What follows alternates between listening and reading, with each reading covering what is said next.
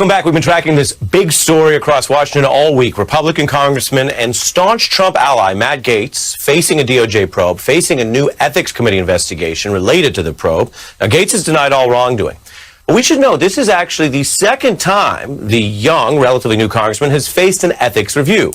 Statistically, most members never face a single one. But it was relatively recently in the Trump era, in 2019, when an ethics probe focused in on Gaetz publicly appearing to hassle or threaten a witness, Michael Cohen, who used to work for Trump. Many viewed it as an attempt to intimidate this key witness before providing his valuable testimony to the Congress.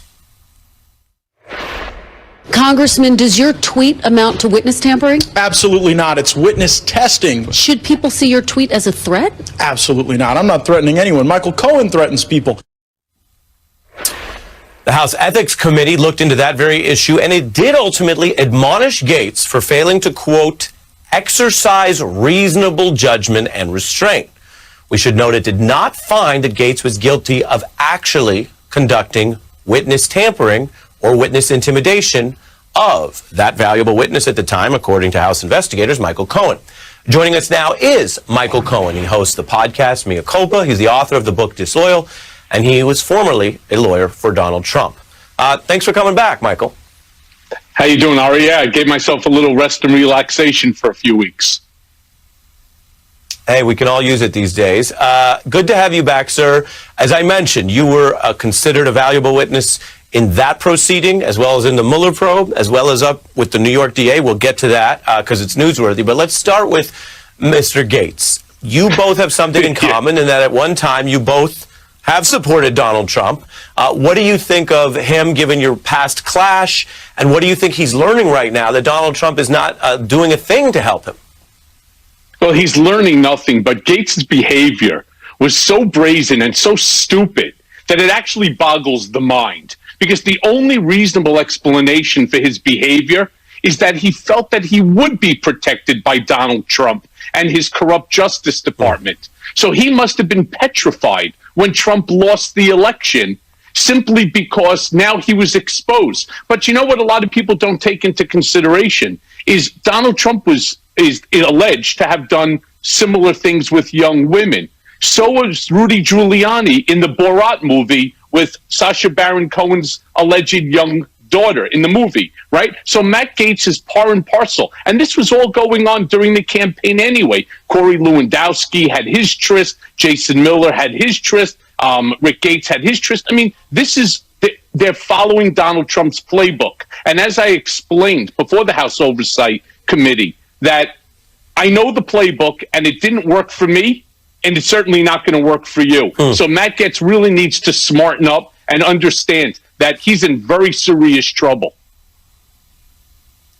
What did you think of the New York Times report that had multiple sources saying Mr. Gaetz was seeking a blanket pardon for what conduct I suppose only he would know in his mind that he wanted a pardon?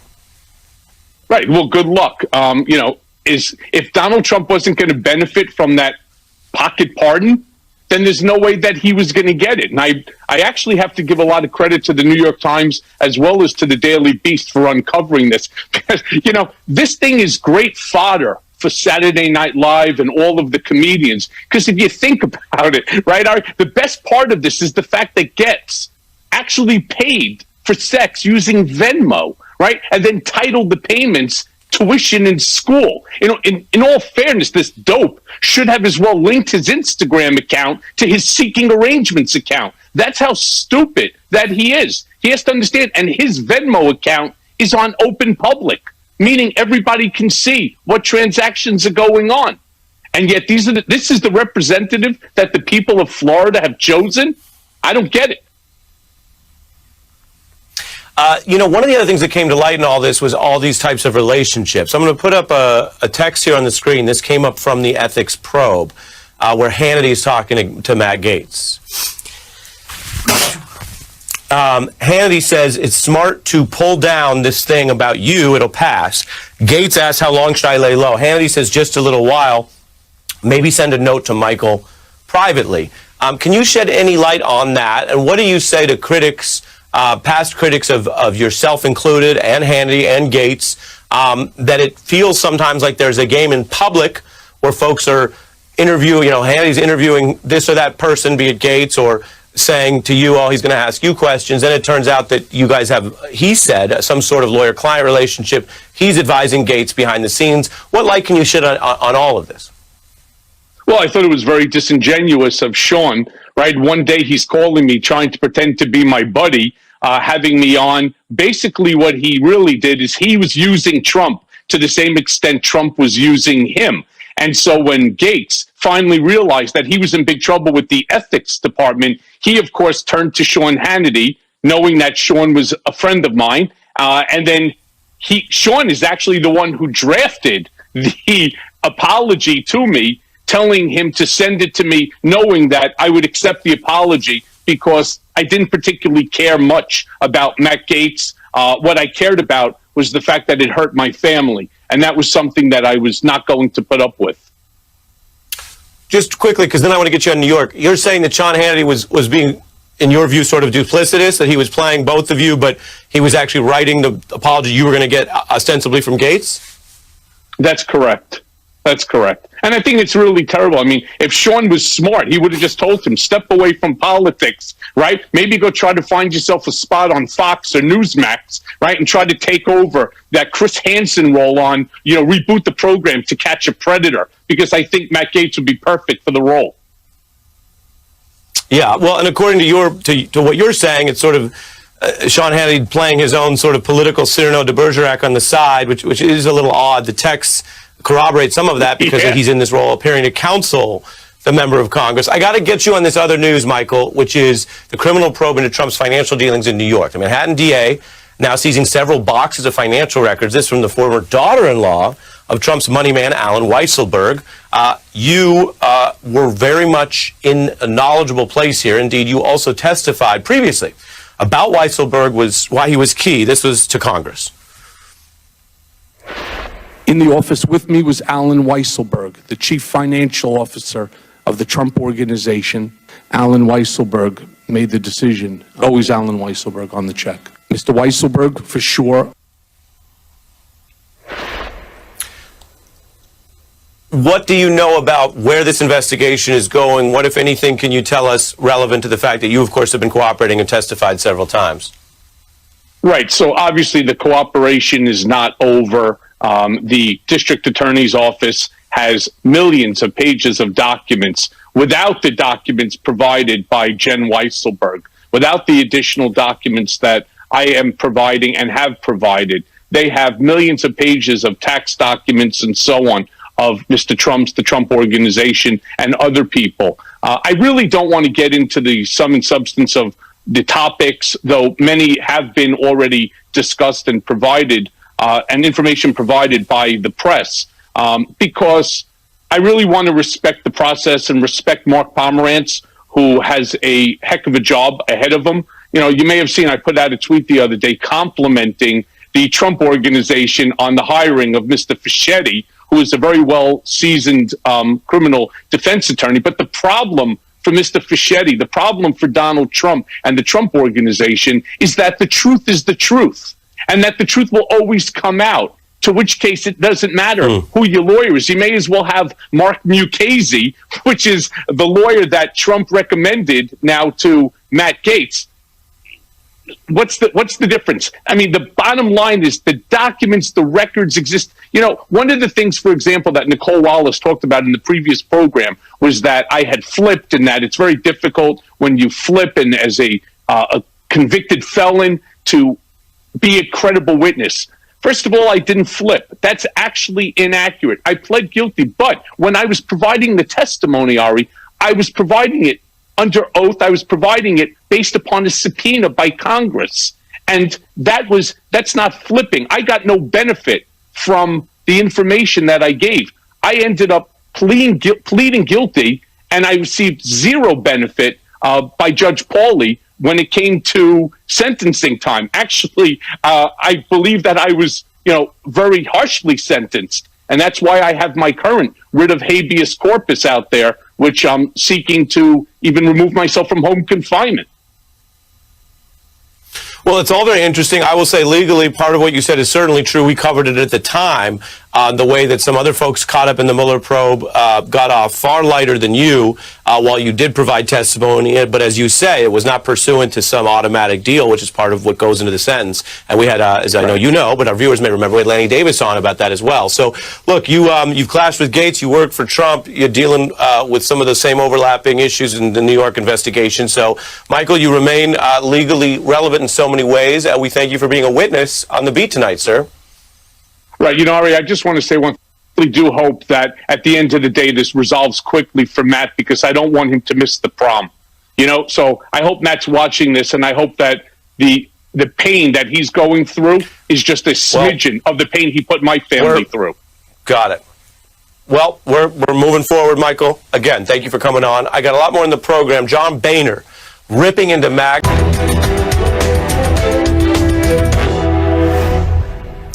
We are back with former Obama polling guru Cornell Belcher, an MSNBC analyst. He's got the whole setup in his house. I see the lore behind you. It looks political. How you doing? It's a Jesse poster, which I actually stole from the DNC when I was Howard Dean's poster. But don't tell anyone. We won't tell. I don't know if you just did. This is live. I don't know if you know that about TV. But is this television? Yeah, this is television. I don't know if you remember when Scarface and Jay-Z teamed up and said, "Guess who's Bazak?" But that's how I'm feeling about John Boehner, who has very little credibility to complain about partisanship in the modern GOP. But here he was. He name-checked a bunch of people from Ted Cruz to Jim Jordan. I'm going to play just a little bite of the rhetoric. Take a look. You call some of these members political terrorists. Oh, yeah. Jim Jordan especially. My colleague from Ohio. Cornell, your response, is this on the level? Does it match with the way he acted when he had power? A couple things. One, first, Ari, have you seen the cover for his book? We got to start there, where he's, coffin clean, sharp, and he's sitting there in his suit, and he's got a glass of wine, and he's got smoke in the air. I wasn't sure if he was dropping a book or he was dropping a 70s R&B album. He looks like he could be Barry White from that book cover. So let's start with there. So clearly, John Boehner is feeling like he's a right. John Boehner's feeling like he's a free man. Although I got to tell you, and I would have gone with what's beef on this one, because he clearly has beef with a lot of GOP, particularly Ted Cruz, and he's probably going to ask Ted Cruz to start his Jeep. But we won't go there right now. Can I get in on that? And then please. Was it not Biggie who said, "What's beef? Beef is when you need 2 freedom caucuses to go to sleep." So. So, and speaking of which, no, I don't think he has a lot of credibility on this, because you remember in 2011 with the guy whose campaigns I worked on, the White House, the Obama White House, thought they had a grand deal on the budget, and these same characters that Boehner is now accusing of hijack and of the party and for terrorism of the party, he caved into. And didn't move the country forward on a grand deal when Obama was putting a lot on the table, talking about cuts to a lot of programs that, quite frankly, Democrat constituencies did not want to cut, and Boehner backed away from that grand deal. Yeah, and I just have 20 seconds, but he also says that he now realizes impeaching Clinton was too partisan and the wrong thing to do, but he supported it at the time. It's amazing how so many of these Republicans are finding religion now that they don't have to face Republican primary voters again. Look, be it John Boehner or even Pat Toomey, who now wants to who wants to cut deals now. Look, they are being held they are being held hostage by the Republican base. I wish he had showed that sort of courage and integrity while he was Speaker of the House. When he had the power. That's the point that I think is important. We wanted to give people a little bit of a fact check in Obama history, given this is going to be everywhere for a minute in politics. Cornell, thank you. Let me tell everyone what we have coming up. The top Republican in the House. In a recent special report, we were exploring the emerging Biden Republicans as a possible echo to the famed Reagan Democrats. And we report lots of different news on the beat, of course. Sometimes our own beat reports seem to make news. Over at Fox News, they ran a new piece responding to our report with new reaction from some top Republicans in Washington. Senator Blackburn arguing that regardless of what GOP voters support, she argues that Republican politicians did not support Biden's popular COVID bill, which she derides as a blue state bailout. And the most powerful Republican in the House, Minority Leader Kevin McCarthy, responded to the same Beat report by protesting with his view that Joe Biden isn't Reagan, offering a different comparison, Democrat President Jimmy Carter, and arguing Biden's policies amount to pandering to his left-wing base. All interesting points. We've invited Leader McCarthy on the Beat to tackle this in more depth. Congressman, come on down and join us. Let's discuss. It is also notable that something about Biden's appeal to Republican voters is striking a chord here, be it with Fox News writing it up or these folks speaking out. I should mention, though, Senator Blackburn's response is actually consistent with the whole point of our report, that Biden is pressing McConnell and other Republican senators precisely by offering plans that are popular with their own voters. 59% of Republicans on the stimulus, while not a single Republican senator voted for it. As she notes, Senator, that's the whole problem for some Republicans. Meanwhile, this new jobs infrastructure debate is just heating up, and majorities of Republicans seem to support key parts of that as well. We will stay on the story. It's brewing up as a big, important policy clash in Washington. Now, when we come back tonight, we have something very interesting. Our friend Elise Jordan on some bad news for the NRA, and country star Brad Paisley makes his Beat debut right after this. Lawyer on the Beat earlier this week. What you see in total is a lawyer who certainly isn't dismissing the idea that this situation, that his client could do things that make Gates uncomfortable, that hurt him legally, while he's also clearly trying to bob and weave and avoid saying too much if he hasn't secured yet a final confidential deal with the government. Now, the Republican Party has been pretty quiet on all this. One more mavericky Republican congressman, Adam Kinzinger, is now the first to call for Gates to resign. And meanwhile, the second Gates staffer has left the building, resigning as the scandal picks up heat. We're joined now by Melissa Murray, a law professor with New York University, Michelle Goldberg from the New York Times. Good to have you both here. Michelle, this is already a widening political, substantive, factual scandal for Mr. Gates, an ethics probe, which uses a different set of standards for a member of Congress than the higher criminal standard. And then there's a DOJ probe. What do you see here for someone who was one of the loudest avatars of Trumpism over the last few years? Well, I think it's not a coincidence that Matt Gaetz came into office at the same time as Trump and spent the last 4 years living by what he thought was Trump rules, right? Where you kind of didn't have to pay attention to legal and ethical constraints on your most outlandish behavior. I mean, what they're reporting about Gaetz, it's not just the alleged crimes, it's the alleged sloppiness, right? It's not just paying for sex, but doing it on your public Venmo. And so I think that his political career has taken place in a climate of total impunity. And now he's in a radically different world. And I don't think he's had to live by sort of normal political standards before. Yeah, I think those are all great points, which may explain what could look like recklessness or stupidity to some, based even on the public fact pattern before you get into charges. But as you say, may reflect a certain way of doing business that worked for some time for some people. It doesn't appear, from what we can tell, to be working for him. Professor, what did you think of the Greenberg lawyer's statement there?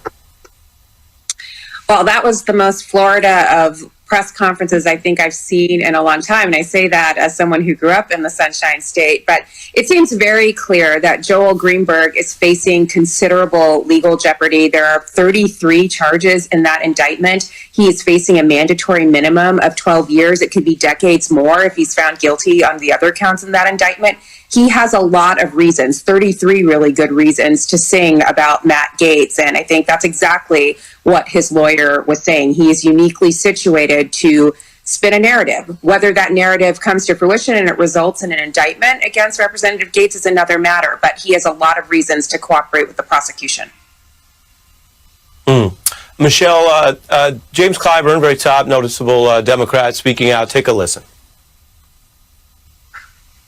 Well, I certainly don't see a future for him in the Congress. I think at some point in time, he will be out of the Congress. It might be good for his party for him to do it on his own, rather than to take the Congress through some kind of a vote. Michelle? I mean, I think that that's right, although it's interesting how, that you have only one Republican calling for him to leave.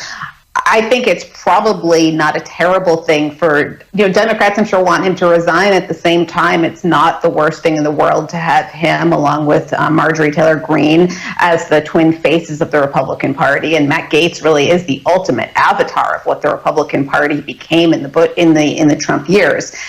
And then the other thing here is that he's been accused of a bunch of crimes. He's also been accused of behavior that's not criminal, but that is appalling, and that Congress kind of has to deal with if it's going to be, a remotely professional work environment at the very least, right? I mean, I don't know what the revenge porn laws are in Washington, D.C., but I don't think it's criminal to show off photos of your sex partners to your colleagues, but it's just not something that should be happening on the House floor. And we're going to see if Republicans agree with that even rock bottom standard of behavior. Yeah, and as you mentioned, Michelle, this has basically pulled the sort of the lid back, and there's a lot in here that is worse than just quote unquote Florida's going to Florida. Professor, there's a whole vote scandal that is indictable potentially as its own thing. I want to read here from the New York Times coverage. Indicted Gaetz associate will plead guilty. This goes to that whole discussion of flipping. And then it notes investigators have also been told of a conversation where Gaetz and a Florida lobbyist wanted to arrange a sham candidate in a state Senate race last year to siphon votes from an ally's opponent, according to people familiar with the investigation. How do the feds, as a legal matter, prioritize different things here? Because you might start with something that sounds personal or that might not even have been a quote-unquote federal case to begin with, and then you find what look like at least evidence of potentially not only multiple felonies, but you get into election scams and other things because it seems like there's a lot going on. I mean, I think they're going to do exactly what they did with the investigation of Joel Greenberg, right? It was not an investigation into Matt Gaetz. They simply followed the trail, peeled back the onion, and over time, these allegations about Matt Gaetz surfaced. And again, they've not been proven, but as more and more information comes out, they may get closer to a situation where they will have enough to raise probable cause and have an indictment. And I imagine as more of that comes out, we might have even more allegations, more nefariousness that will come to light. So again, they're just doing the work right now, really peeling back all of the layers here. And it seems that there's a lot here to uncover. Michelle, I have one more question for you. Are you ready? Okay, I'm ready. Here we go. This is the news thing where I ask about the next thing that's going to happen. What should we expect from Congressman Gaetz when he breaks his silence at this Women for America event at the Trump Hotel tonight? I'm sure you're going to hear the word deep state, cancel culture, or at least I would bet money that you'll hear the word deep state, cancel culture. I think that the sort of playbook is pretty standard at this point. At one point, Gaetz said, they're not coming for me, they're coming for you. I'm just in the way, which is just verbatim at what Trump has said. And so I think he's just going to take the Trump playbook and repeat it.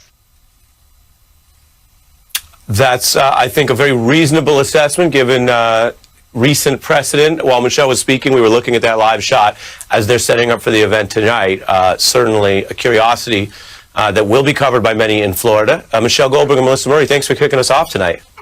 Thank you. Thanks. Thanks to both of you. Coming up in just 30 seconds.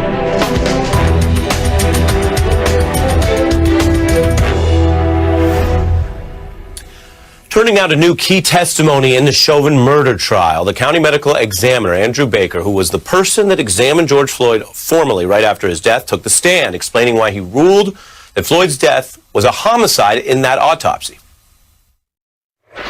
As a medical examiner, we applied the term homicide when the actions of other people were involved in an individual's death. In my opinion, the law enforcement subdual, restraint, and the neck compression was just more than Mr. Floyd could take by virtue of those heart conditions.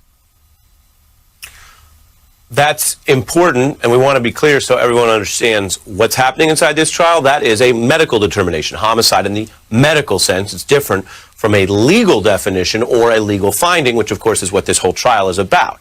Now, the forensic pathologist also made similar statements on the stand today, saying Floyd likely only died because of Officer Chauvin compressing the knee on his neck. There's no evidence to suggest he would have died that night, except for the interactions with law enforcement. We're joined now by Shauna Lloyd, a criminal and civil rights attorney who has been covering this trial as an analyst for us. Thank you for being here. Thanks for having me. This was a key day in this trial. I've mentioned to viewers there were some very dramatic days. There were some days that were more dry in the technical testimony.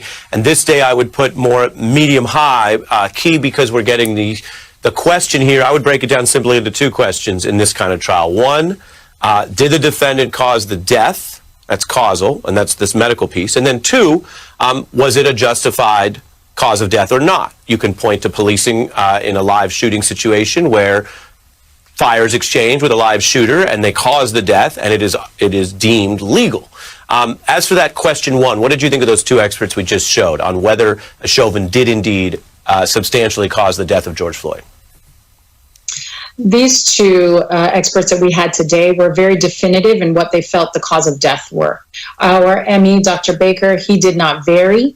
And what was very interesting is it seems that the state was aware that he doesn't vary outside of what he is trained to do. He is not giving any opinions about, what he considers living persons and the effect on the living body. So they had already prefaced what they knew he would go to, because he mentioned, I would have a pathologist, I would have a pulmonologist. So we had already heard their opinions. So this was layered very well for his testimony today. Mm-hmm. There was also the discussion of something that was so brutally horrific to watch. Americans know that, how slow it was. So the discussion of whether this was a sudden or not sudden dying process. Let me show that part. I was aware that at least one video had gone viral on the internet, but I intentionally chose not to look at that until I had examined Mr. Floyd. I did not want to bias my exam by going in with any preconceived notions that might lead me down one pathway or another. What I observed from all of these videos is this was not a sudden death. There was nothing sudden about his death. So that's what I would have expected if it was a cardiac arrhythmia or abnormal beating of the heart. Likewise, it was not the type of death that has been reported in fentanyl overdose, for example, where someone becomes very sleepy and then just sort of gradually, calmly, peacefully stops breathing. This was not that kind of a death. As grim as this is, it is so important. Walk us through legally why it matters that both there was this discussion of the nature of the timing of the death and why that could rule out what might be reasonable doubt, according to at least the prosecution here, of alternative explanations like death substantially caused by drugs. Because the defense is looking for anything else that may be the cause of death. They're primarily focusing on the drug use, the hypertension, these other medical instances that could have created this death. What these witnesses have done is taken each of those other things and ruled them out. They have looked at it and contextualized it in the death, the effect on the body and the organs, and what happened to him. So they did a very good job in providing that context for the medical conclusions that they had. Yeah, as mentioned, this is part one. Part two is whether in any way it could be somehow justified. But as to the causal part, a lot of what the prosecution put forward looked like a medical slam dunk. We'll see what the defense has when they bring up their witnesses beyond just these crosses. Shauna Lloyd, thanks for joining us here in what is a difficult but important process. Thank you for your time. Thanks for having me. Appreciate it. We have a lot more.